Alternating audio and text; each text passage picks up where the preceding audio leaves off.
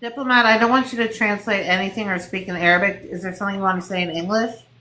No, I can actually speak perfectly fine, but like what I wanted to make actually is the point. I'm Palestinian, You're and Palestinian. Hold on. Where in Palestine are you from? I'm from Akka. You're from Akka. So you're from, is your family still there? No, my family's not there. We are stateless. Where do you live now? I live now in the States, but we're stateless No, right you're not stateless because you have American citizenship. now. No, I So don't have you're not in a national. refugee camp in Jordan or No, no, no. Syria. You have Uh, American citizenship. You're not stateless. no, no. I'm an American with a green card. I don't have an American citizenship yet, You don't but have so where. So let me ask you a question. You didn't yeah. come from ATCO. Where did you come from that you were before America? I was in 20 plus countries. It's a long story, but technically I have a temporary You were Jordanian never a passport. citizen. You were never a No, citizen of any of those countries. no, I have a temporary Jordanian passport. So your parents come from the refugee camps. Yes and no. I mean, not specifically refugee camps, but we had a good life. I mean, it wasn't But how come you didn't have a Jordanian passport? I'm confused. because I'm not part of the 1947 Palestinians, considered, I think, 1948 or something like that, where I'm not allowed to get a Jordanian citizenship. So they just leave you in limbo, and it's like people who live in Saudi Arabia who aren't Saudi, right?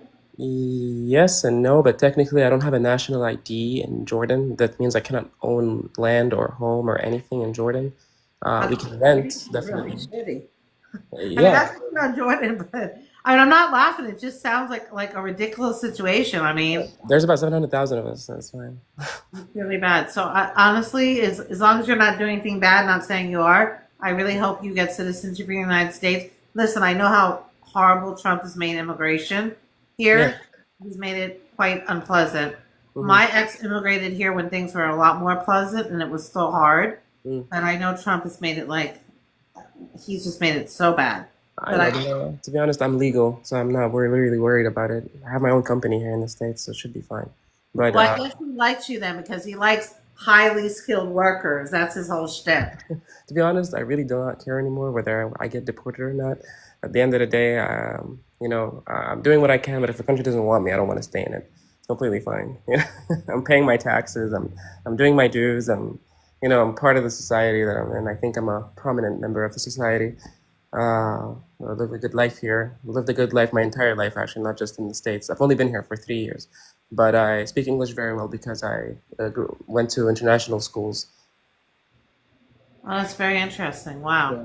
So you're saying even though you had this like limbo status in Jordan, you still had a good life there. Oh no, I didn't live in Jordan. I mean, I grew up born in Saudi Arabia, went to different other countries because of my parents' diplomatic status. They were diplomats to the OIC, not it's like something like the UN. But it was kind of like that, and then we kept traveling from country to country under diplomatic ID, not a nationality. It's pretty weird. But the You're only reason we saying didn't they're have Palestinian, so they were diplomats even though they didn't have an ID. no, they were diplomats to the OIC. It's a different thing. It's like the United Nations. If you work for the United Nations on a high level, that means you end up having a diplomatic status, but in the country that you're serving, but not as your passport because we didn't have a nationality over there. So it was pretty complicated. Wow, that sounds like a lot. Oh Okay, yeah, so thank what are you. your thoughts on Israel Palestine? I don't want you attacking Canaan or attacking Lean. Oh no, no, no, no. Go To ahead. be honest, I'm anti. I don't want. Can I say words here, or do you want to Use TikTok friendly words. TikTok friendly words? So I'm anti-schmurdering the Jews. I think, Just say unaliving. You're anti uh, unaliving. anti-analyzing the Jews. I completely, I don't hate or have any hate towards Jewish people or religion completely at all. I respect all religions. I think when I was listening to Kenan, him saying that, I see Jewish children as my own children, right? I think it's time to like people need to understand that there are some people that hate Jews. I'm not saying it's completely false or BS or something like that. I'm just saying that this has never been a religious war for us, or it has never been a war of hate towards a specific population. Well, Deludo, I just want to say I think there are people on both sides that hate each Yeah, other. I know. I This agree. is I just agree with really you. saying it like age group and Smotrich and Ben Gavir, No, they no, I probably agree. I agree. some people. I agree with you. As I said before, I'm not saying everyone is like that, and I'm saying that some people are actually like don't look at this war as a. I mean, I could hate the Jewish people for for my situation, right? Like I can be like, oh, I'm stateless because of the Jews, because of the Israeli government, because of this. I can say all of that and become a hateful, but I choose not to because it's not their fault. That's number one, and number two. For example, like I hear a lot of people when I tell people, by the way, when I tell people that, Can you just call them J people instead of Jewish, please? sorry, say that again. Can you say J people instead of Jewish? I got you, J people. Oh, I go got ahead. you. Okay, but you know, when I tell J people that I'm stateless, for example, what ends up happening is that they'd be like, oh no, exactly what you said. I mean, you can get the U.S. citizenship and you should be fine. You know what I mean? But here's the thing, I never relate to people here. I mean, I do relate to them on a common sensibility, but like I don't really relate. I don't. They don't really eat my food. They don't really. You know what I mean? It's not a community that I was raised up in. I Well, would rather. I mean, I'm Mhm. sorry, I'm calling you Go ahead. diplomat. Diplomat, I just want to No, say call me something. Guru. It's fine. I like the name. Yeah, but it doesn't.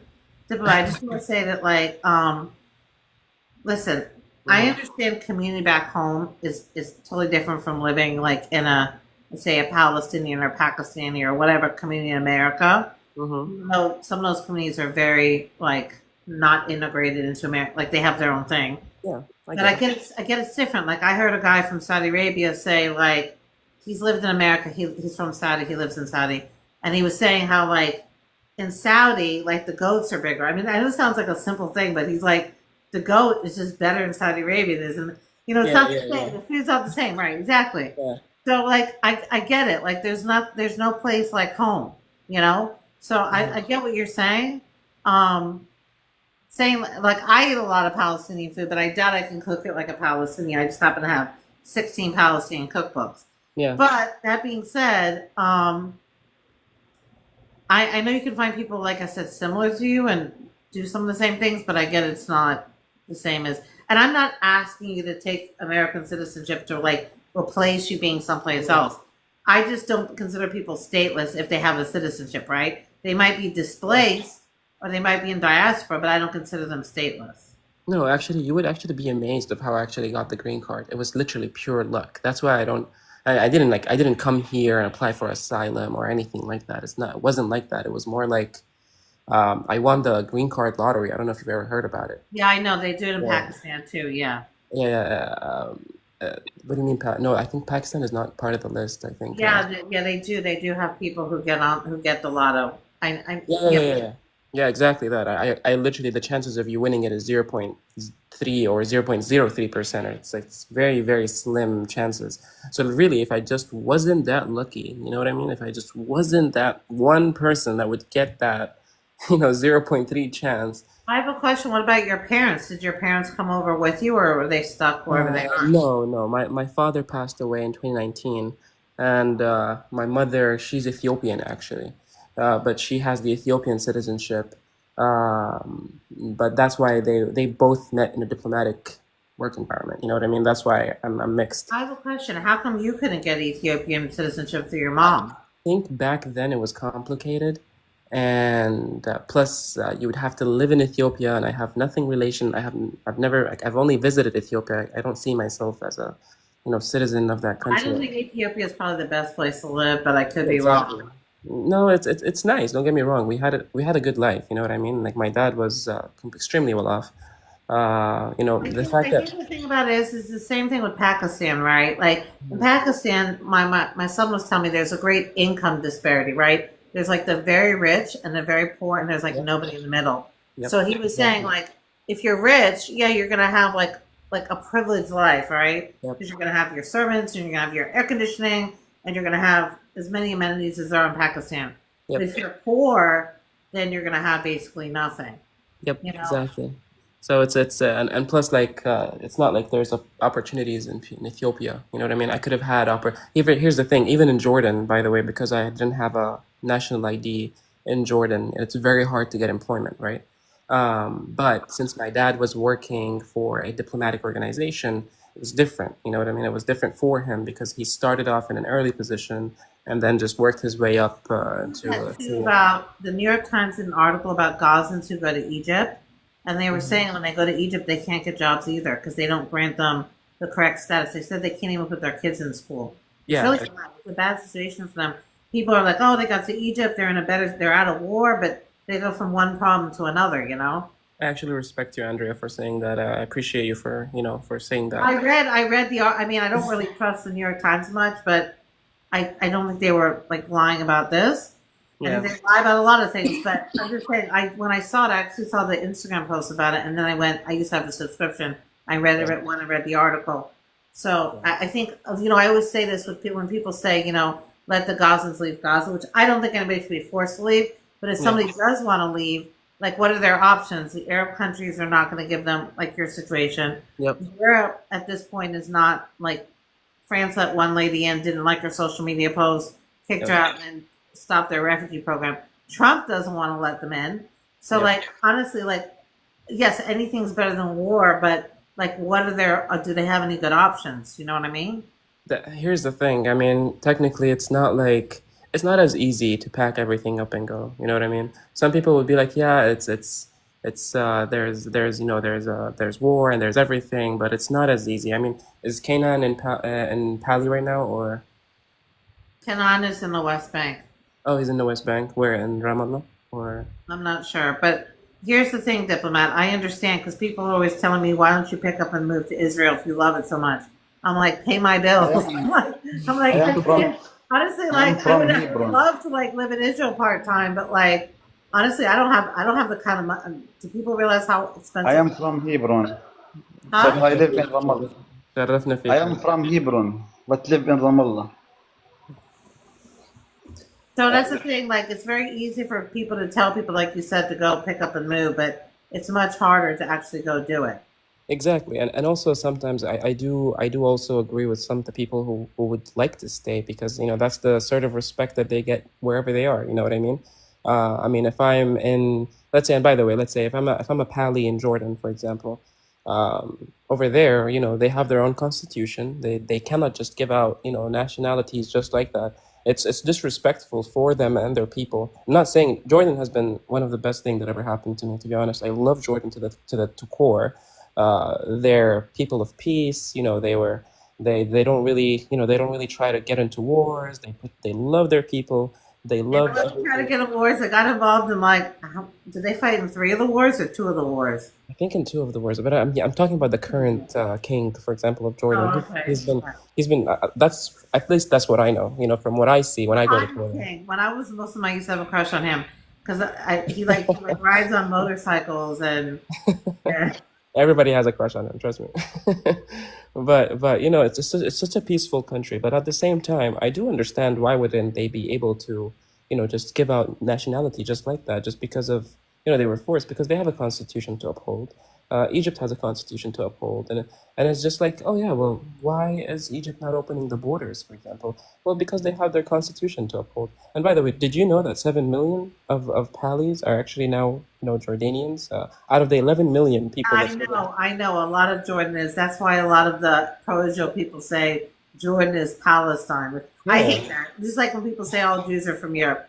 I don't allow these kind of tropes in my life, yeah. but I hear them referring. Yeah, No, but this is Jordan. What I'm trying to say is that Jordan already did its job. Jordan already took over more than their population to try to help this situation. It's not. It's just because they did it once doesn't mean they have to do it again. And I accept that. I respect that. You know what I mean? And well, I also, want to say something, diplomat. You sound like a very like level-headed guy. You know what you remind me of? There's a prayer. It's called the Serenity Prayer, and it mhm, says, "God grant me the serenity to accept the things I cannot change, the courage to change the things I can, and the wisdom to know the difference." yeah. And I feel like you kind of live your life like that. Like you've accepted the things that like just are what they are, and you can't change them. You're changing the things you can, and you know the difference. You know which fights are worth fighting, which fights you're gonna. Exactly, 100%. I feel like, I mean, I didn't accept some of the things, but of course, when there's a chance for peace, I would probably pursue it. You know what I mean? So it's like, I think the best way to end this conflict is to have, people from both sides sit down and talk about it. Because I'm pretty sure, I'm 100% sure that, people on the other side, wouldn't want their children, in a situation, or wouldn't want their children. I don't want to say bad words because of the TikTok policies, Right. but like both sides wouldn't want their children hurt. You know what I Hold on mean? 1 second, Diplomat. Kanan, I just want to thank you for gifting. I really appreciate it. Go ahead, Diplomat. hmm So like, I think the only situation that would come up. I mean, here's the thing, by the way. I came to the States with the idea of, J people hates us. You know what I mean? I came like this, and I was like, oh my God, like, what am I gonna do right now? Like, oh, plus my entire workspace, end up my entire when I got a job, my entire workspace ended up being J people. You know what I mean? And it was like, and I was so like, oh shoot, you know what I mean? You know what I mean? You Like, didn't know what to expect. I didn't know what to expect. Completely didn't know what to expect. To be honest, two people made an impact for me. One of them was really, really bad, and the other one was really, really good. But the good overpowered the bad. You know what I mean? So I have a J woman here that's kind of like my mother. She calls me, makes sure that I ate and everything. Doesn't She doesn't need to do that, but she just calls me, checks up on me, and I keep telling her, and I was like, no, why? Like, she's like, you're here all alone. Of course I'm gonna support you. Of course I'm gonna make sure that you're okay. Of course it is this. And I never told her. They call this J mother syndrome. Like there's the stereotypes about it, the J Yep, mother. yep. No, trust me, and I don't care what any pro pally say that I'm, sympathizing with this. I'm going to, it's really, she is like a mother to me. I'm not even kidding. She actually cares about me, and she didn't know I was pally because I kept saying I'm Jordanian. You know what I mean? I kept saying I'm from Jordan, from Jordan, from Jordan. When this happened, I told her, by the way, like, I'm actually from Pali, and this is a temporary Jordanian passport. And she just literally just hugged me, and she's like, "Is your family okay?" You know what I mean? That's the first thing that she did, and it's like, it kind of like, turned gears for me. You know what I mean? I was like, no, I think if somebody is being hateful, that's just a hateful person, and I think I should set an example at least for my people, that not everyone is like this. You get what I mean? Yeah, I think, I tell my kids are South Asian, Muslim, Pakistani, and I tell my kids when they go out in public, Mm-hmm. it's pretty like, I mean, apparent to people that they're South Asian, they're brown, they're Muslim. Mm-hmm. And I say, unfortunately, people generalize, right? People Yep. shouldn't judge the whole group by one person, but Yep. they do. So I said, if you go out and let's say you're on the subway and you start acting like an idiot, Yep. everybody's going to judge every South Asian, every brown person, every Muslim person by Yep. your actions. So I say, always go out and be like they say in Judaism, a light to the nations. Like Yep. always go out and make a good impression because someone might just judge your group by your actions. Yep. So that one Jewish lady, gay lady, like made such an impact on you that now you have a good perception of J people, right? Mm-hmm. If all the J people had been mean to you, naturally you probably wouldn't have had such a good perception. Yep. That's the thing. Like if you make such, they always say you get more honey, more bees with honey. It can Yep. be such an impact to just show somebody a little kindness. Yep. And I'm, by the way, and I'm pretty sure the other way around goes the same way. You know what I mean? Like like Andrea, for example, if you ever come to Jordan and you're telling me like, oh, I'm coming to Jordan, I will make sure that you have the best time possible. You know what I mean? Just to try to show you the good side of the things, and it's both sides that have the good sides in them, but they don't get the chance to sit and talk about it. You know what I mean? And just make sure that they understand the other person, the I other. think part of the problem, I think part of the problem is it's not just Israelis, Palestinians, and Jewish Mhm. people having this discussion. It's like all these outside voices. And on TikTok, I'll listen to anybody, but I really truly feel in my true heart of hearts that all these other people should butt out. I think all these Pakistanis and Kenyans and white people and African, all these people who are not connected to this conflict Yep. should just like, it's just like a lot of extra chaos and noise. And I think that they just complicate things. I'm not saying I get it. People care, they're upset, all these things. But I feel like it's not help. If it was helping the situation, I'd be all for it. But I feel like they're not helping the situation, right? They're just making it more chaotic. So I feel like if Jews, Israelis, and Palestinians were left just themselves to try to work out this conflict without all the other stuff, I feel Yep. like it would be a lot. I don't know how you feel about that. I feel it would be a lot better. No, 100% agree with you. I mean, part of fixing it is talking about it. just making sure that you understand the other person has responsibilities, and also both sides have responsibilities to their families, to their child. Like for example, the most crazy thing I hear, right, is that from the other side, from the J side, right, is that they would use children as human shields. You know what I mean? But Like, unfortunately, I want to say something, diplomat. mhm, Unfortunately, age group who cares more about. I mean, I've heard Gazans say this. I've heard people who lived in Gaza under age group yep. say that they use them as human shields. And the reason why they say that, I'll tell you the reason why they say that. Why Mm, they believe it is mm, because they say that age group will basically sacrifice anything to stay in power and to like whatever they think they're going to defeat Israel, whatever. And basically, the more people that are unalived on the Palestinian side, the more they can say, "Oh, look at bad Israel! Look, Israel this." So basically, they're sacrificing their own people for their whole whatever their mission is. So no, and literally, you can look at Al Jazeera. Funny enough, there was a Gazan activist who wrote about the human shield argument like a year ago, and he actually said that the first source on age group using people as human shields was actually an Al Jazeera article. Al Jazeera, and he actually gave the link to it, and I actually read it, which I don't believe Al Jazeera. I don't think they're very credible, but they actually were the first ones to actually mm, say that the age group was doing that. So, and then he said a bunch of other sources, to also say it. But he was in Gaza, and he actually saw that. So I think that there is truth to that, and mhm, it's not saying something bad about Palestinians in general. yeah, It's saying something bad about age group, right? So I don't like Judge Lena, because age group is out doing horrible things. She's not age group. She's an individual. She's just caught up in this awful situation. yeah. You know what I'm saying? Yeah, but I understand that. But here's the thing, and I agree with you 100%. By the way, I'm not saying that it's never been happened. Maybe it did. To be honest, I can't verify or or tell you the truth that I know exactly 100%. But here's the thing: if one group does it, doesn't mean like it reflects on the entire people. And I'll tell you Yeah, why. I You think I know, think generalizing is bad, right? We shouldn't yeah. judge all Palestinians or all like you shouldn't judge all Israelis by the Israeli that's on TikTok rage baiting, saying horrible Islamic things.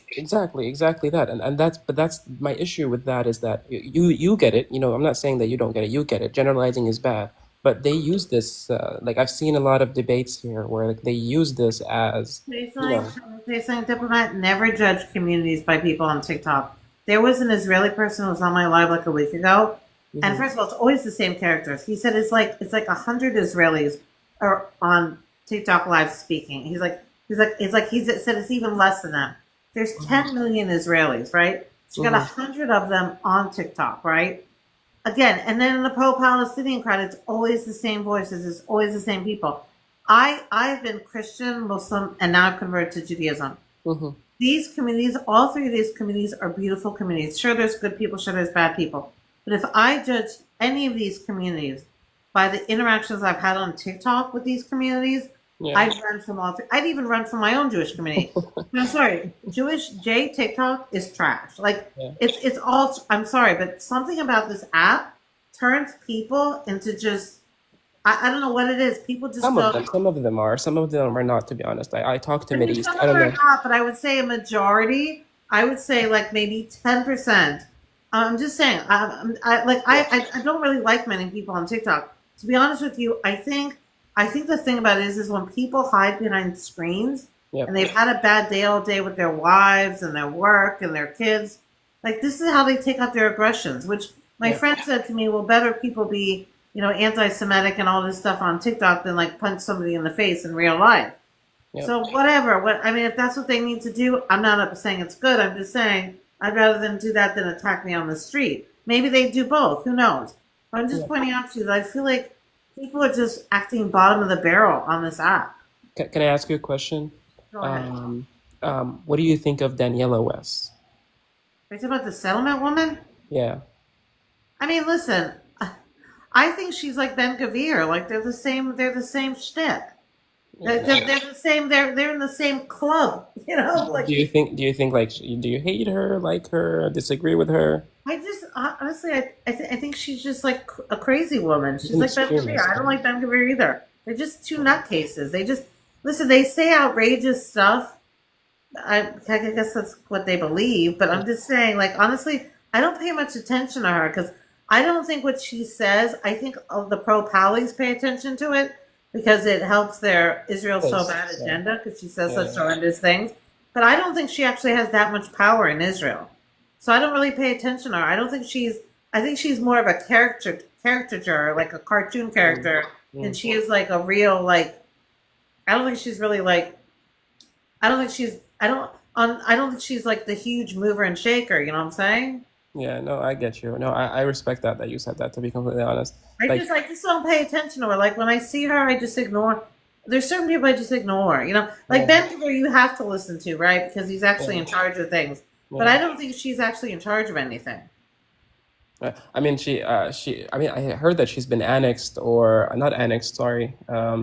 She's been sanctioned by the UK government. Is that, You know what someone pointed out, which was a very fair point? yeah, Who said, why would that even matter to her? It's not like she's going to the UK. She's probably like yeah, never leaves the settlements. Like, I mean, maybe she does go to the UK, but that was a fair point, right? You know, yeah, like I guess that means if she has a bank account in the UK, but do yeah. you really think she has a bank account in the UK? I mean, I just I don't think also so. Yeah. I found out from when America sanctioned the settlers, because America did this like during the Biden administration, that the settlers actually found workarounds around it and actually found ways to like get money and stuff otherwise. So I feel like they have enough of a network within their whatever settler Mm, community that they can work around that. I'll give you an example. I follow this one group on WhatsApp and they're like the settlement people. They're like the settlement lawyers. They're like the people who defend. The reason why I follow them is because like reading their stuff is super interesting and informative because it gives you an idea of like their side and mm, like the kind of stuff that like they're like believe it or not they're getting arrested all the time. Like I yeah, never realized this, so I joined this WhatsApp group. Like they're getting arrested and put in jail all the time. It's mm, not in the news, but like it's happened because whenever it happens, they like a lawyer will post a WhatsApp message and be like, "We're defending such and such, yada yada yada." Like they go to jail more than you guys actually think, mm. and No, they're no. outraged by it. They're outraged. Let me tell you something. They're so angry that their settlers are going to jail, and they're so upset, and they say it's unfair and they don't deserve it, and so on and so forth. But believe me, they go to jail. I think it's the misinformation that I feel like the hate from the pro-Pally side comes out from the misinformation. And I think is Lean in Gaza, or is she Lane's in Gaza, yes.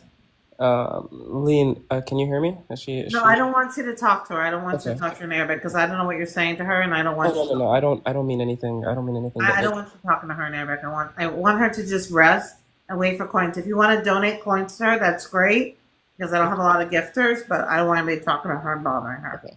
I'll make sure to gift both of you guys because both of you are amazing. You don't gift me because TikTok just told me that I have to like show ID to exchange, not even cash, exchange my coins because Oh, I wow. usually exchange my coins and give them to Gazans. So I'm not giving TikTok my ID or passport. That's not happening. Yeah. So if you give me gifts, they're just gonna sit It's whatever. gonna sit for no reason. Yeah. Exactly. So gift Lena because Lean unfortunately has been waiting here a long time and she's only gotten 145 coins. I got you. I got you. But and thank you for doing that, by the way. Looking at you helping Lena, like Well, Lena. you know why I don't usually help them? I was helping them and they were getting thousands of coins in my live. And then the pro-Palestinians and the Palestinians in the West came in here in the comment section and started screaming at them and harassing them for being in my live.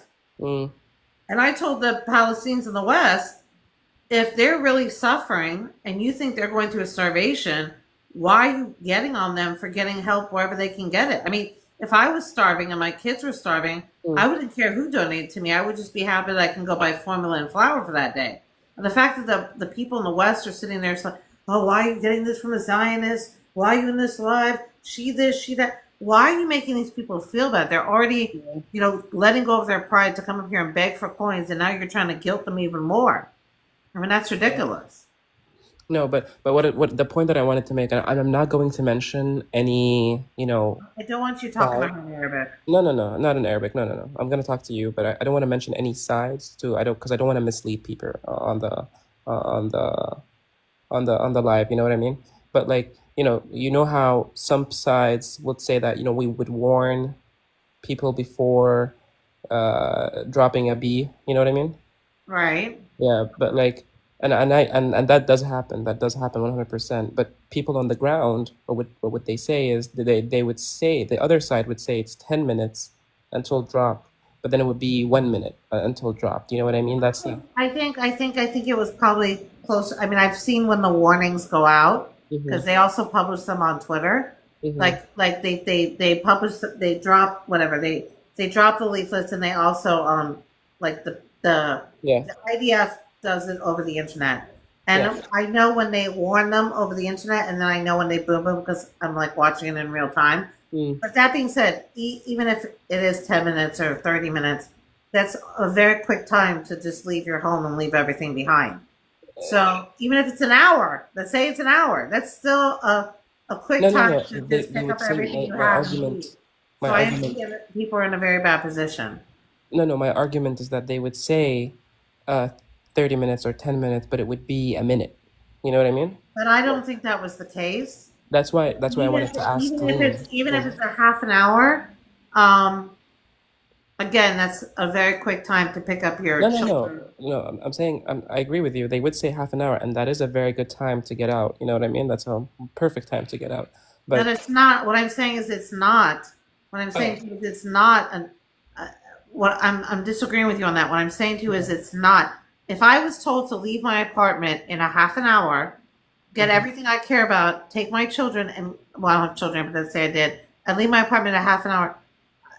I think that's a very hard thing for people to do, to just leave everything behind. Yeah, Just no, like if I have to leave my apartment, like let's say there's a fire in the building, I'm coming back thinking my apartment's going to still be here. But if I had to leave thinking that everything was going to be gone and I had to take like my greatest possessions in a half an hour, mm, do you see what I'm saying? no, no.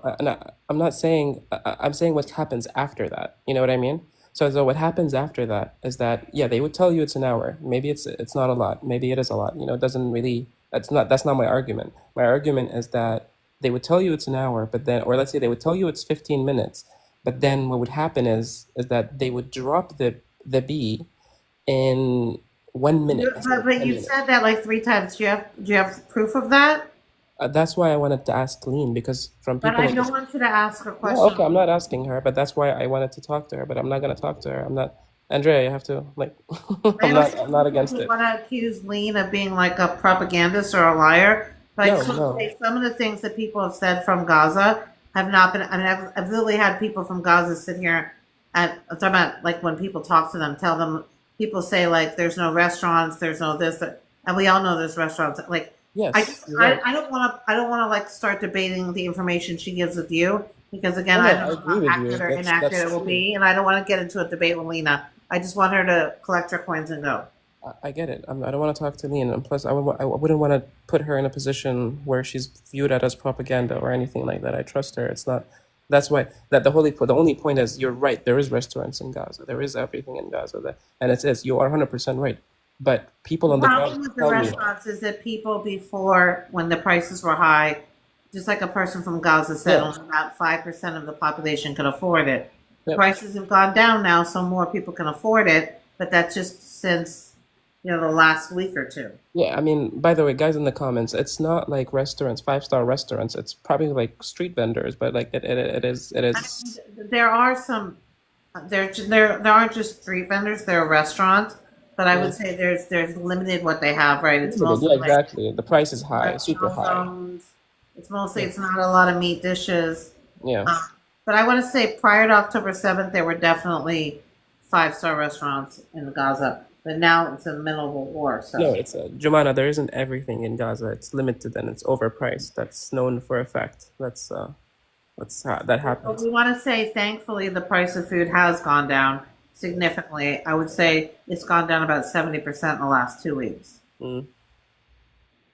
And you can look at that. You can actually go look at Gazans videos of them going to the market compared from 2 weeks ago to today. There's an account on Twitter that posts Gazans videos, posts like a copy of the video, and then it gives a link to the original video in the first comment, and they translate the video for people who don't know Arabic. But if you speak Arabic, you can listen to it in Arabic. And the Gazans themselves are going to the market and saying what the prices are. They're going to the restaurants saying what the prices are. The restaurants have advertisements, Instagram pages. I mean, this is from Gazan social media. This is not like an Israeli source. This is a Gazan source. Some people would argue that these are old videos, and there's no such thing. Yeah, as but the thing about it, Lulu, is she gives the link to the original video in the comments. You can actually go to the video and see when it was posted. What is So, it? If you don't mind asking? What is it called? If you don't mind me asking. I'm going to write in the comment section. Okay. So her Twitter, this is her Twitter. I'll actually look it up right now. I'm interested in this. This is her Twitter. Her Instagram is Gaza You Don't See, but the Instagram isn't able to post the links. But on her Twitter, she always posts the links to the original video. I've actually gone to some of the original videos, like the restaurant pages, and the restaurant pages have they have full Instagram accounts with their phone number, their address, and whatever recent videos, stories that they posted that day in the Instagram stories, because they're advertising to people in Gaza. Yep. I'm actually looking it up on my computer right now. I'm excited to see this. It's very interesting, and I want to say something about this woman who does this. She's very sympathetic towards the Gazans. She totally understands that there was expensive food and people couldn't afford it, and I mean she does point that out many times over and over again. I'm just logging into my Twitter from my computer because I don't want to. Let me look at her last video that she posted. I can't even access my Twitter. It's asking me to verify yourself, right? Yeah, they're making it so.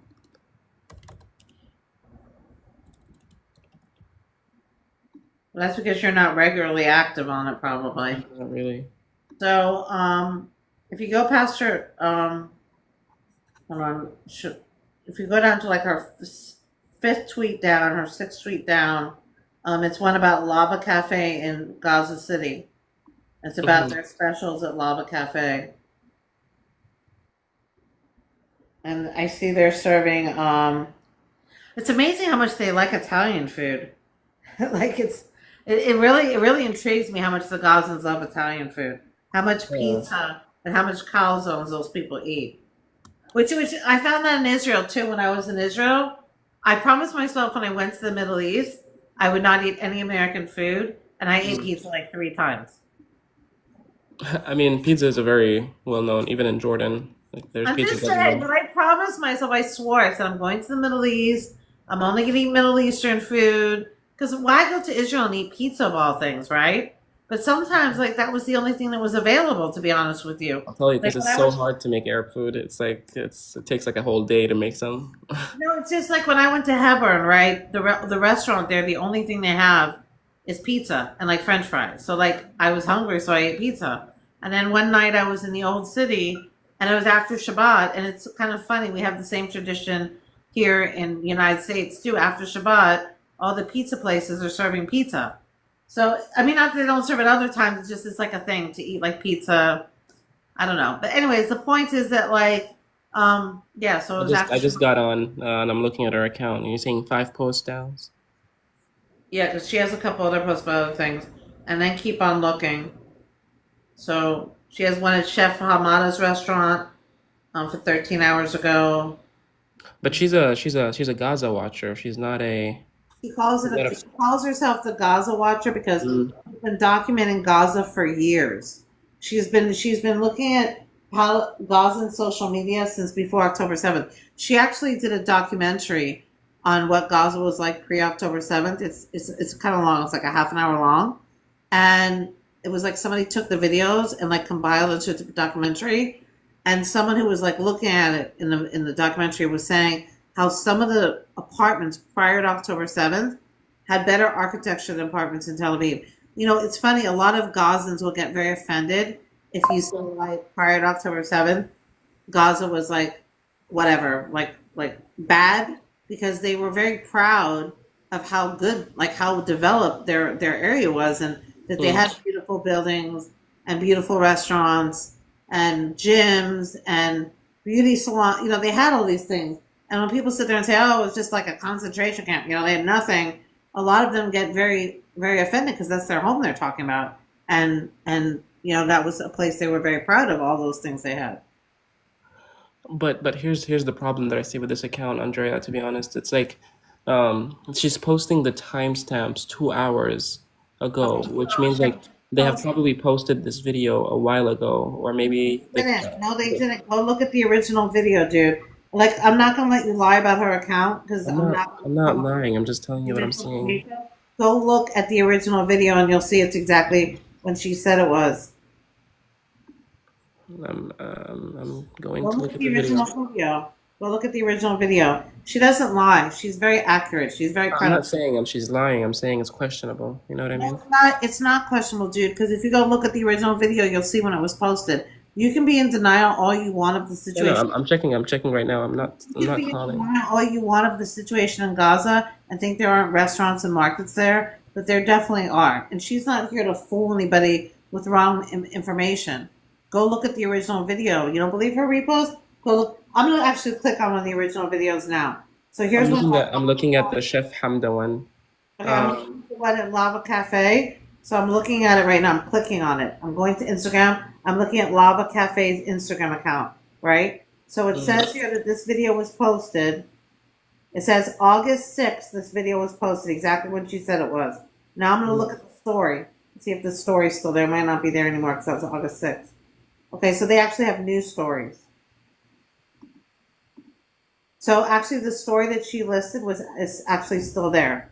It's actually still there in the Lava Cafe, and the Lava Cafe has plenty of Instagram stories of people sitting in this very nice cafe eating tons of food.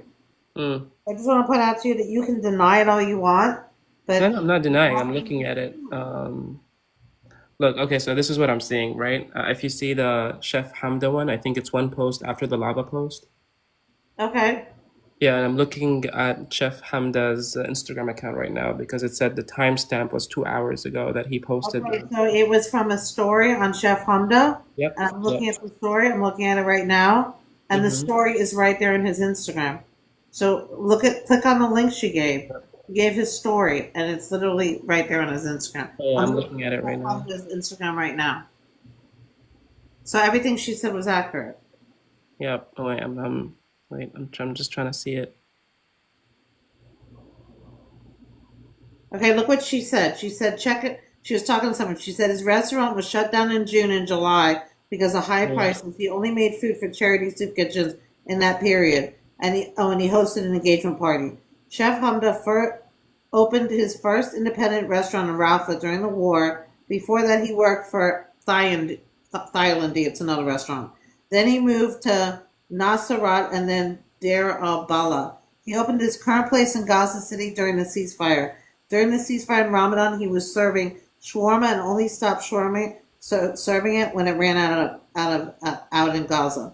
But now he's serving like pizzas and it looks like calzones like the other restaurants are. Because again, I don't think they have a lot of fresh meat for the restaurants, but they definitely have stuff to make Italian food. It seems. Yeah, because it's flour. Flour is the kind of the only thing they get, you know?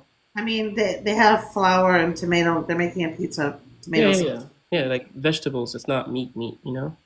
I do see that in his post on Instagram that he does have meat and he's actually promoting that this Saturday we're gonna eat chicken. Um, So you just said he has meat. So yeah, I yeah, yeah, think I do see it. I'm not. That's why I'm not against it, Andre. I'm just trying to verify everything. But also like the second, like here's the thing. It's a little bit. It's so one time he has meat and seven time he doesn't, and he's posting like memes of how there is no food, and he's posting memes like of him cooking humanitarian food. diplomat. Mhm. Nobody's denying Yeah. that people haven't been able to afford food. Mhm. But at the same time, that he's posting memes that there's no food. He's literally running a restaurant with food. Yeah. I mean, again, this is what I said about people doing propaganda. Again, these people get donations when they say there's nothing. Like The more they say there's nothing there, the more donations they'll get. So I just want to say, like, again, he's saying he has a restaurant. He's saying there's meat. He's showing pizza. He's showing calzone. And then you're claiming he has a mean with no food. So again, he's like contradicting himself here. So I'm just like, in order to like, you can't say things are good and then ask for money, right? You Yeah, can't of say course. things are good Yeah, but and beg for coins. So of course, you're going to say that things are the worst that they can, because these people are trying to survive. They're going to say things are the worst of the worst, because at the end of the day, if they say, well, you know what, flour, for example, flour was like $1,000, right? And mm, now flour is like $70 or 50 or mm, 30, whatever. It went way down. But mm. if they tell people the flour went down significantly, then people are going to give them less coins, right? Because they're going to think, well, Yeah. you don't need $1,000 again for flour. You only need 30 or whatever, 50 or 70. So I totally understand the motivation behind trying to act like it's worse than it is. Because again, they're depending on people in the West. Besides this restaurant guy, he owns a restaurant, he's selling food. But most people are depending on people in the West to support them because they don't have family, they don't have jobs, maybe their husband's been unalive, whatever. So they have to make it sound as dramatic as possible. Because again, if they say, oh, today I went and picked up free aid, people aren't going to give them coins to go buy whatever else they need. Do you understand what I'm saying? I'm not blaming them for that. Because I understand that if I was in that situation, God only knows maybe I'd do the same thing. That's why I don't let people talk to them and harass them. Because But this basically, is where they're in a situation where they need to do whatever they need to do to get by.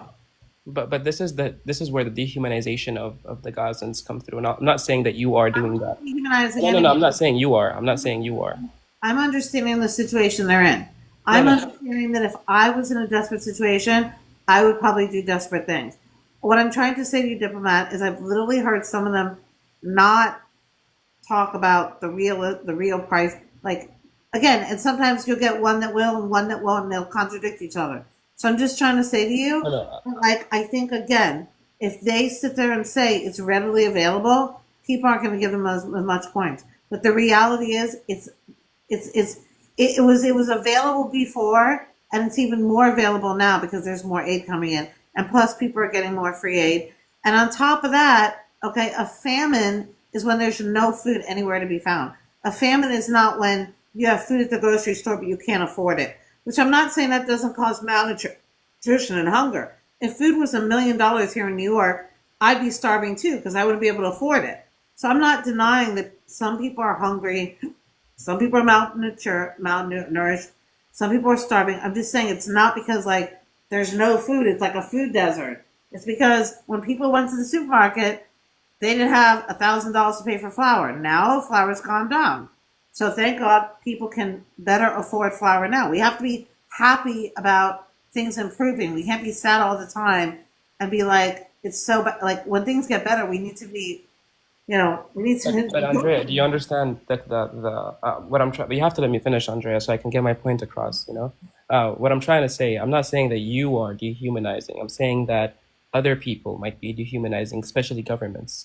But the reason why I'm saying this is because saying that as I mentioned that, and this guy, the Hamdi chef, Chef Hamada, what he was saying is that there's one day, and like the statement itself, he's not hiding it. He's not trying to say that it's not going to work, as there's no food. He's saying that this Saturday we're going to eat chicken.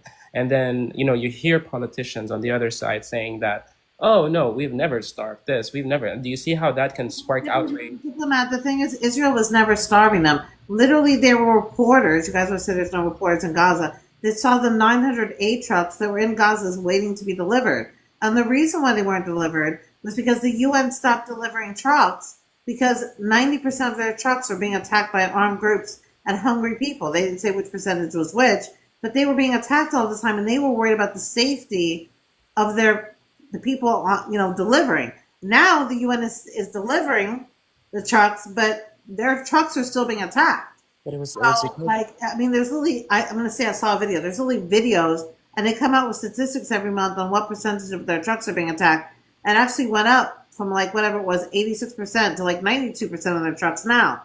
So just want to point out to you that like it's not like the aid trucks weren't going in. It's that they weren't being delivered because of the fear of the trucks being attacked. which is a legitimate fear because they are being attacked on a large scale. I mean, I don't know if I was a UN truck driver, I wouldn't want to be like having people with pew-pews jumping on my truck trying to take it over. I mean, the UN and the World Chef, World Food, whatever these places, World Food Kitchen, they also have to think about the safety of their staff. No, I 100% agree with that, but also at the same time that I've been monitoring this one very, very closely with the whole starvation thing, and I've been seeing from the United Nations statements that are going out saying The that United Nations, the people who had like age group members working for them that took part in October 7th. in the United Nations. Yeah, they were people from the United Nations. Yes, people from UNRWA, people from the United Nations that took part in October 7th. Now, okay, whether that is the case or not, I think that's not my point. There's many reliable news articles on that. It's a Okay, fact. but that's not my point, though. My point is the UN statements came out saying that the only reason that aid was being blocked is because one of the main reasons that aid was being blocked is that because of the the soldiers on the other side. I don't want to mess up. You're talking about the few hundred settlers. Listen, they didn't have the capability to block the aid. Because again, like they maybe block like a box of aid. Like if you even see the video footage of them protesting by the border, again, like you're talking. First of all, they're not in control of things. The IDF is, and what you're talking about is it's BS. It's like they don't have the capability with those numbers. And again, they weren't. Like I said, maybe they stopped the box from going in. I'm just pointing out to you that if you look at the videos from the reporters that went into Gaza. There was literally 900 trucks in Gaza waiting to be delivered. The aid was actually rotting inside Gaza because it wasn't being delivered. I suggest you don't just look at pro-Palestinian sources. You also look at like all sources and people that actually went into Gaza, across the border Gaza, or border crossing, into Gaza, where the aid trucks go once they cross into Gaza, and saw all the aid that was sitting there rotting away because the UN didn't deliver it. Andrea, I understand that, but I'm not saying that's the United Nations statement that came out like this. The former Prime Minister. Listen. Again. I take the United Nations with a grain of salt, and again, you're taking half what the United Nations say and not accepting the other half. What about the fact that they said? What about when they said that 92% of their trucks are being stolen by armed gangs and hungry people? I didn't read that article, but so I suggest again. It was published widely in many different news outlets, and the news outlets actually hyperlinked the UN report that stated that, and the UN made like this whole report with like graphs and pie graphs and all this. So I just want to point out to you that you can go find the report if you want to. I think you're picking and choosing what you choose to be exposed to. I'm not picking and choosing. I'm saying that the former Prime Minister. You don't know a major UN report that was released about how many of their aid trucks are being taken over and stolen. Look, what I know, I don't need to look the entire report because I'll tell you why. Because you just look at the numbers because again, the numbers. Okay, I'll look at the numbers. Reported on by the media. Andrea, I swear, I promise you right now, I'm gonna actually open up my computer and look at the numbers with you right now. But here's the thing: when this type of stuff, when I know that Gazans are starvation. How do you know that? Do you actually? I'll tell you what, because the former Prime Minister. How do you know? I just want to say something. Do you have family in Gaza? No, I have friends. Have you ever been to Gaza? No. Have you ever even been to Israel? No, I'm not allowed to. Okay, so you've never been to Israel. Have you ever been to the West Bank? No, I'm not allowed to. Okay, so you've never been to the okay.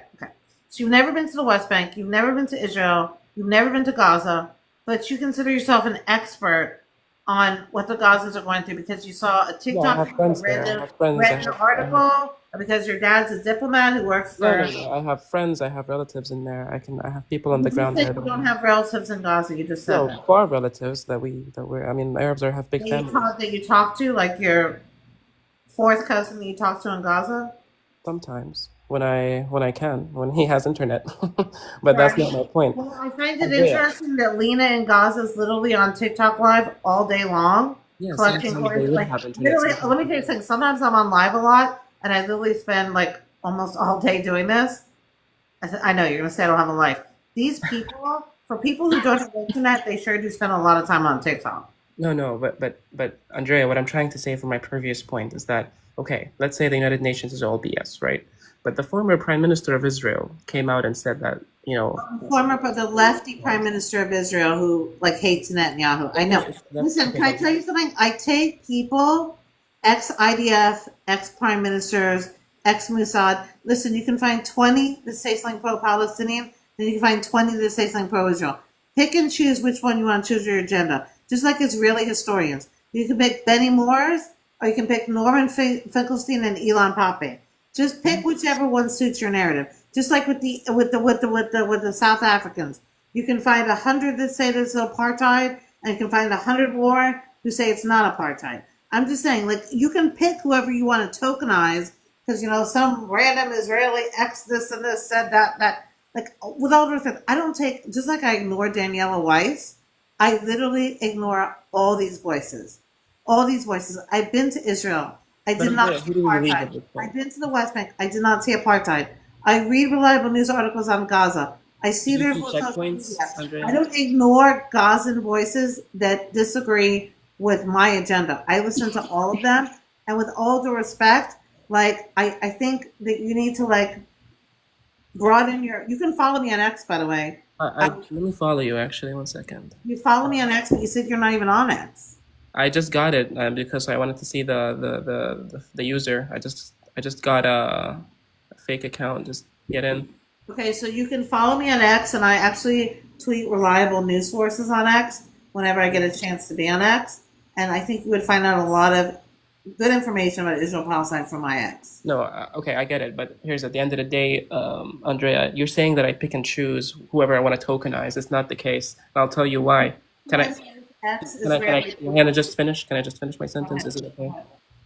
So you say that I tokenize whoever I want to tokenize, and it's I take that side and I don't look at the other side. But here's the thing, the other side, for example, like when I talk to people from the other side, the UN is a scam or the UN is not accurate. I mean, why should Australia, UK. here's your question, diplomat. Why should we trust the UN when the UN literally had age group members working for them, probably still do? Okay, The now UN, you have to let me finish though, diplomat, Andrea. diplomat, diplomat. I want you to follow someone on Twitter. I'm going to give you his name. Uh, He's like a UN watcher. Like he's like has a UN watch thing, and yep. he literally lists every so once in a while. He lists how many resolutions the UN does against Israel compared to other countries.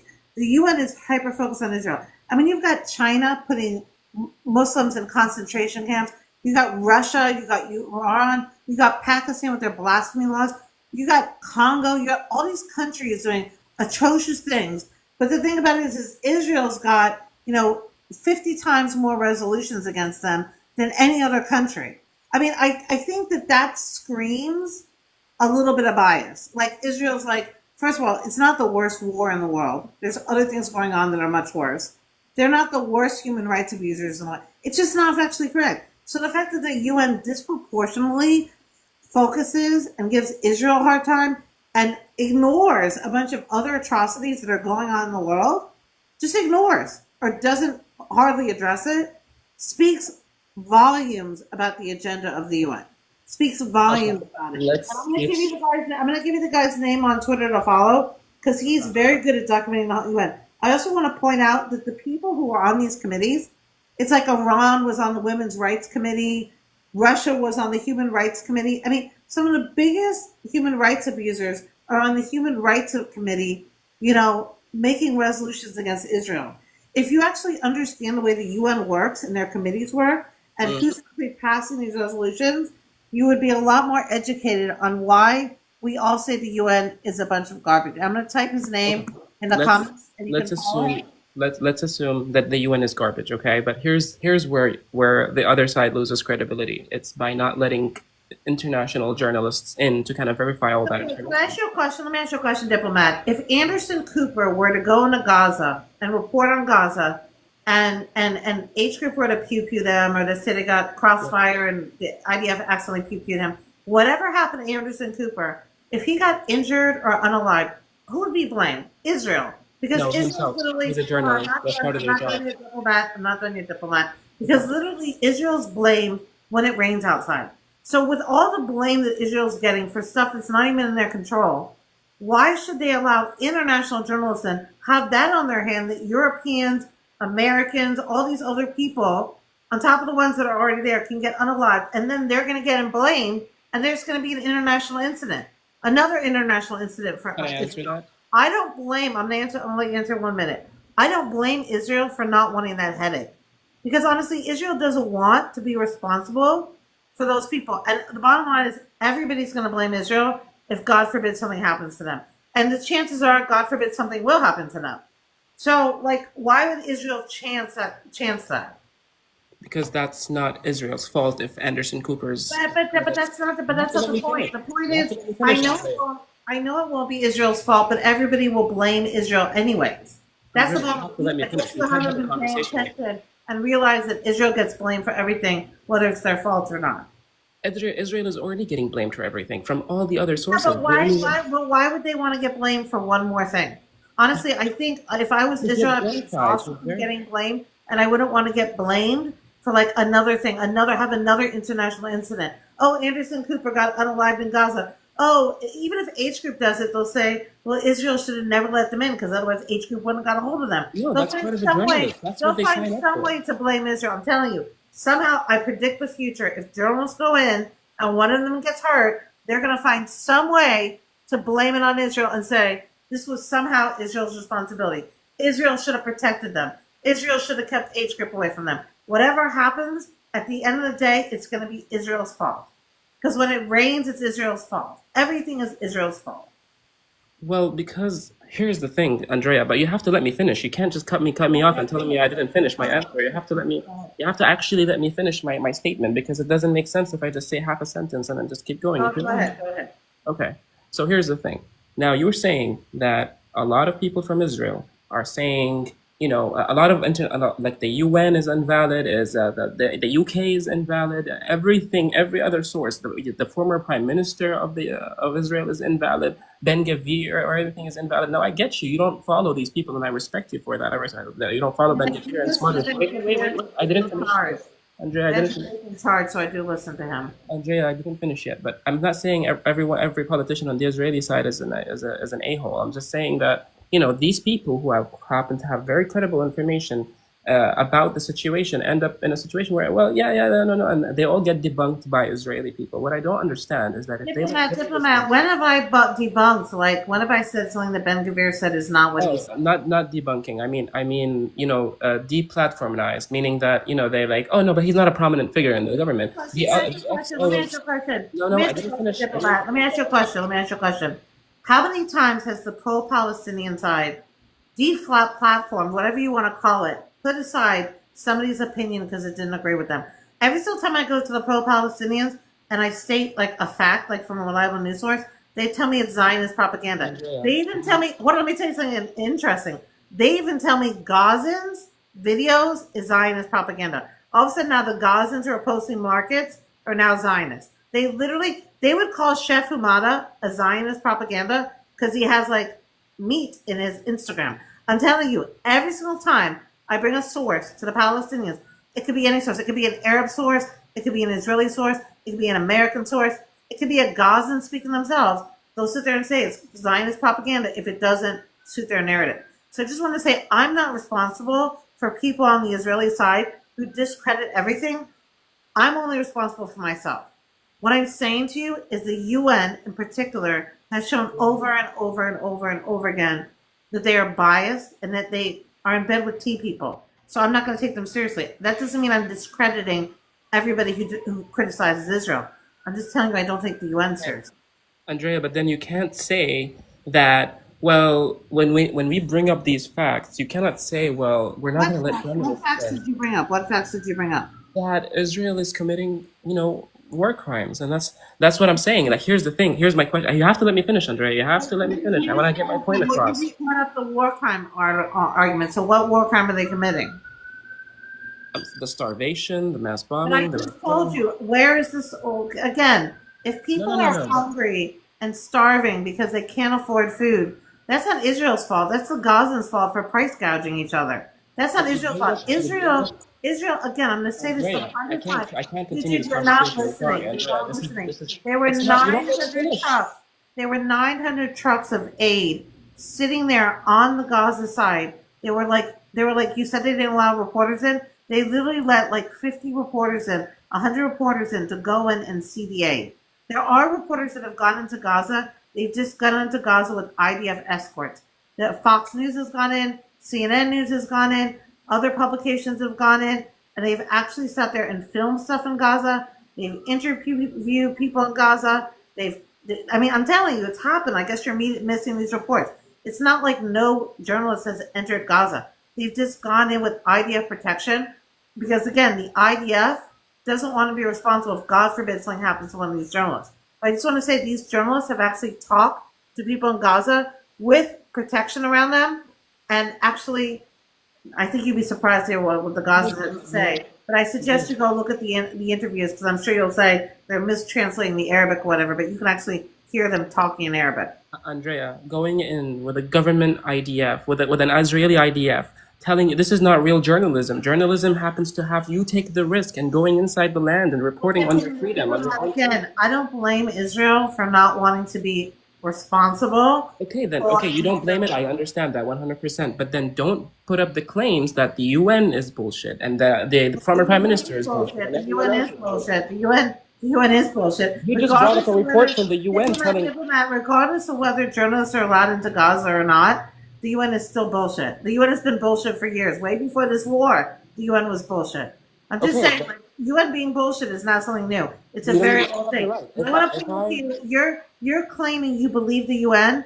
I'm quoting you a UN number. The UN said close to, like last month's report, close to 90% of their trucks were being stolen by armed groups and hungry people. And now this month's report says like 92% of the trucks are being stolen by hungry people and armed groups. So I just want to point out to you, you love the UN. I'm giving you a UN statistic. I'm telling you what their reports. You don't believe in it. You don't even believe in the UN at this point. Why would you even bring that up? You're the one who's using the UN as your source. So I'm giving you a UN source. Former Prime Minister of Israel as a source.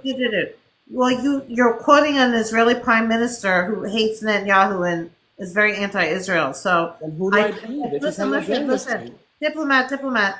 I totally think that someone who doesn't like Israel and hates Netanyahu is not going to have anything good to say about this war. Not my now, I don't expect him to say anything different if he hates Netanyahu and is anti-Israel. I mean, listen, people who are Israeli know this prime minister shtick because people lived through him being prime minister and people have heard his opinions over the years and everybody knows what's up with him.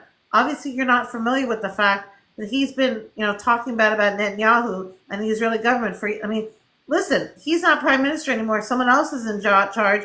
And he obviously thought he did a better job than Netanyahu did. But that being said, probably while he was prime minister, the Palestinians probably hated him too. So I just want to point out to you that, it's like the disgruntled employee, and I think he was actually kicked out of office for corruption. On top of that, the disgruntled employee comes and complains, and you want to listen again, just like the guy from GHF who was fired and then begged for his job back, didn't get his job back, and now he's complaining about his employer. I don't take people like this seriously. Just like I wouldn't take somebody seriously who's complaining about their ex, because you never get a reference about someone from their ex. Andrea, can I talk now? Thinking skills. Can I talk now? Go ahead. You're telling me that this is an internal situation where the former prime minister of Israel doesn't like the current prime minister of Israel, so he would say something bullshit. But then this is not my problem. What my problem is that I don't care. He was kicked out of office for corruption. I think this is the same guy who was kicked out of office for corruption. But this I do not care. But when there's this guy talking, and then you hear other people talking, I'm not going to say the UN. I'm going to say the international. Other people. Who's the other? Give me the other source. Who's the other source? UK, Ireland, the Prime Minister of Ireland, the UK. Okay, so you want so tell me what the Prime Minister of Ireland said. Do you have a reliable news article? I'll look it up. Hold on. Diplomat, I don't want you to quote him. I want you to give me a reliable news article, which the Irish hate Israel. But putting that aside, let's entertain it. Can you show me a news article about what he said and I'll read it? What did he say? What did Ireland say? What did Ireland say where the IRA comes from? What did Ireland say? 1 second. And I'm old enough. You're not old enough to remember the IRA. You didn't live through that. I'm old enough to remember it. So I just want to point out to you that, yeah, probably not the best source, but we'll entertain it anyways. Go ahead. Tell me what the Prime Minister of Ireland said. Trying to get you the source. Go ahead.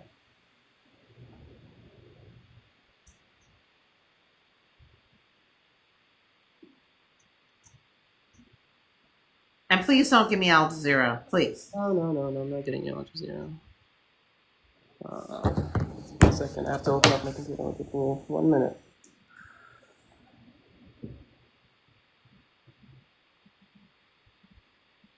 He picked like the most anti-Israel European countries. Like, that's to quote the Prime Minister of Ireland. Andrea, if you're gonna call everyone a liar, not like No, I mean, but do you know how Ireland feels about Israel? Have you like, are you clued in on? I'm just pointing out to you, diplomat. Have you been following the history of how Ireland feels about Israel? Are you aware of how much they dislike? And again, you have to like. I mean, you're not going to quote a source that likes Israel. There's plenty of people who are like, you're not going to quote Trump, who's been standing up for Israel this entire time. You're going to quote Ireland. So Trump is pro-Israel. Ireland is anti-Israel. So tokenize who you want. I could sit here and tokenize Trump and point out how much Trump is blaming H Group and blaming the Palestinians for their own demise.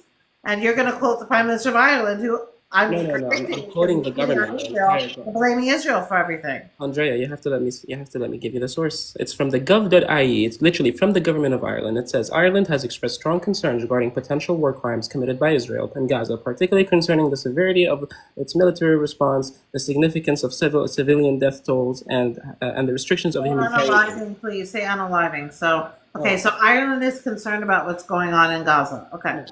All right, great. Lovely. Violation of international law. So here's the thing, right? War is bad. War is terrible. In war, people get unalived. In war, there's always hunger. In war, there's always a humanitarian crisis. Look at the war in Yemen. In the war in Yemen, 400,000 people got unalived, and the war's been over for years, and there's still an actual real famine there. Look at Syria. 600,000 or 800,000 people are unalived. The country's still unstable. Look at Congo, which I know very little about. I'm just pointing out to you that, war in general is terrible. Ireland telling me war is bad is not a newsflash to me. Okay, then, but here's the thing. If everyone is coming against... Everyone, I'm going to point out Trump. I'm going to point out Trump and say not everybody is blaming Israel. Trump is saying H Group needs to, make it... And by the way, H Group had plenty of opportunities to make a deal. And remember that H Group has turned on every single opportunity to make a deal. They've literally turned on every single, even Trump's proposals that were partially mediated by a Palestinian American, they've turned down. So they've had plenty of opportunities to have a ceasefire, and they've been like, well, we don't like the terms. We keep diverting from the talking points, Andrea. My talking point here is not that. I agree, war is bad everywhere. I agree that the H Group denied some deals. I agree that Israel also denied some deals. I agree with all of it. Israel only denied the deals that H Group came back with, because what H Group was asking for was totally unrealistic. What the Americans offered, every single time the Americans offered a deal, Israel took it. Every single time they offered a deal, Israel compromised. And some of those things that America asked Israel to do were things Israel didn't want to do. But Israel was willing to compromise. But the thing was, H Group was not willing to compromise. When you're going to make peace, quote unquote, you have to make sacrifices. You can't have everything go your way. Andrea, you can't be word every country right next to you and then expect to be. Can I ask you a question? Was somebody attacking from Lebanon? Okay, I'm going to take Lebanon for an instance. For a year, H Group in Lebanon was booming the north. People had to leave their homes in the north. People in the north were getting so tired of. I had a friend here in Crown Heights who came from the north and was staying in another country, staying in the United States, because she had to flee her house in the north. For a year, Israeli citizens were crying that they were being removed from they had to leave their homes, and the booming in the north. And then finally, after a year of H Group in Lebanon sitting there, giving them a hard time, for lack of a better term, Israel finally retaliated. So I just think, honestly, I think they were more patient than they had to be. I think Israel should have boomed them the first day it happened, instead of waiting a year and making everybody suffer. That's my take on Lebanon.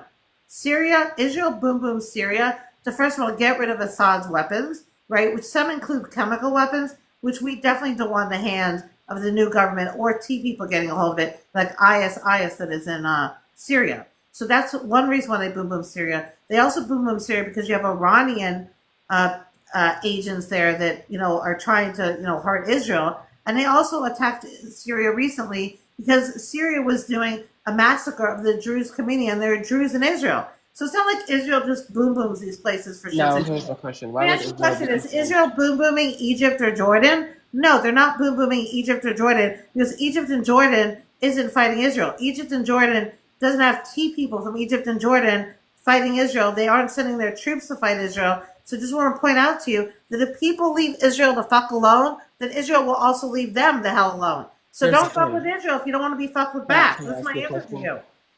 Can I get a word in, Andrea? We have to have this 1 minute Just conversation. take it and take it and take it and not do anything in response. No, That's I'm gonna respond to you. Okay, then why the hell would Israel protect the Druze from dying? What does that have? What does the Why Israel is have it to do with the protected? Do Druze? you realize how many Druze people live in Israel? Do you understand there's a large Druze population? So it's And a doing lot the of Druze, benefit, I'm and then not you're done saying yet, that I'm Israel is talking. protecting. I'm Andrea, you talking. have to let me I'm finish. You have to talking. I'm answer. talking. I'm You can't talking. talk about. The You know what? I don't Druze want to talk in anymore. Israel, To be honest, the like Andrea, Druze, I can't really talk to you anymore. The Druze in Israel have relatives in Syria. The Druze in Israel proudly serve in the IDF. The Druze in Israel proudly serve in the Israeli police. So with all due respect, the Druze deserve to be defended, and I 100% support Israel defending the Druze. I want to say one more thing. All you pro-Pallies are sitting here crying in the comment section. If you really care about the Gazans, gift this lady who's had enough supper to sit up here and wait for coins. And the only person who gifted her was one person earlier who I think was maybe even a pro-Israel person. I just want to put, no, it was someone in the West Bank who's actually pro-peace. I just want to point out to you that, like, all this crying in the comment section isn't doing anything. You really want to help the Palestinians? Gift, donate, and buy Palestinian products and write your representatives. This is all performative, these comments. It's all performative. I haven't given to her because TikTok has sat there and told me I have to send my ID or my passport in to buy coins or exchange my money for coins. So that's why I have not gifted her. That being said, I have gifted her in the past when I had coins, when I was able to buy coins and I was able to exchange my coins for other coins. Okay, but right now I cannot do that. But I will be giving to Palestinian charities outside of TikTok, which I've done in the past and I continue to do. What was the last Palestinian charity you donated to? You probably haven't donated to any of them. So, yeah, and I show receipts. So Pixar didn't happen. I'll see you guys later.